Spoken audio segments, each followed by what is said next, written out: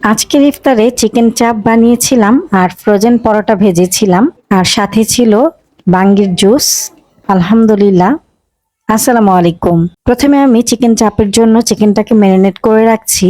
এখানে আমি আদা রসুন বাটা, টক দই আর ধনিয়া, জিরা আর সরিষা একসাথে ব্লেন্ড করে নিয়েছি, সেটা এখানে দিয়ে দিলাম। লাল মরিচের গুঁড়া, গরম মশলার গুঁড়া, গোলমরিচের গুঁড়া, তারপরে এক টুকরো লেবুর রস দিয়ে দিলাম আর দিয়ে দিলাম সরিষার তেল। পরিমাণ মতো লবণ দিয়ে সবগুলো উপকরণ একসাথে মিক্সড করে নিচ্ছি।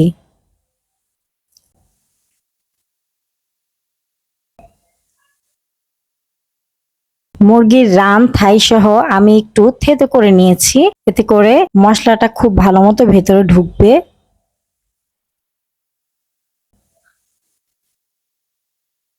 তারপর চিকেনটাকে মশলার সাথে খুব ভালো মতো সময় নিয়ে মিক্সড করে নিচ্ছি।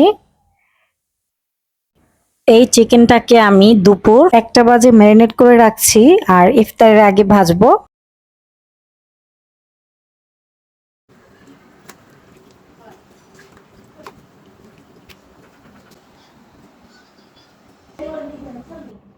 এখন আমি চিকেন চাপটাকে ভাজবো। এখানে আমি বেসন, লাল মরিচের গুঁড়া আর একটুখানি লবণ দিয়ে মিক্সড করে নিলাম।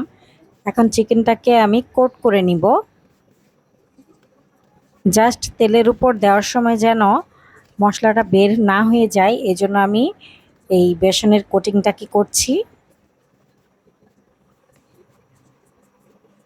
চুলায় আমি তেলটাকে আগে থেকেই গরম করে রেখেছি। এখন আমি চিকেনটাকে দিয়ে দিলাম। চিকেনটা ভাজা হতে থাক আর এখানে আমি ফ্রোজেন পরোটাগুলো ভেজে নেব।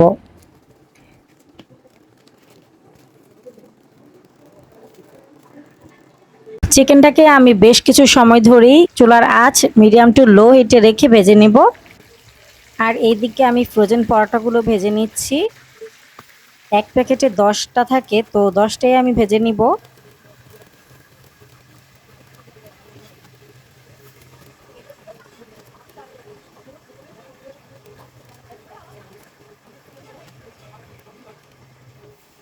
আর এদিকে চিকেনটাও ভাজা হয়ে গেছে। এখন আমি বাঙ্গির জুস বানাবো। একটা জুসারে আমি বাঙ্গিগুলোকে সব দিয়ে দিলাম।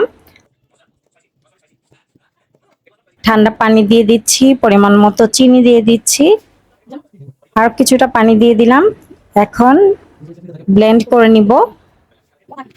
আর আমার এই ব্লেন্ডারটা আপনারা সবাই দেখতে চান, তো আজকে আপনাদেরকে একটু দেখিয়ে দিচ্ছি।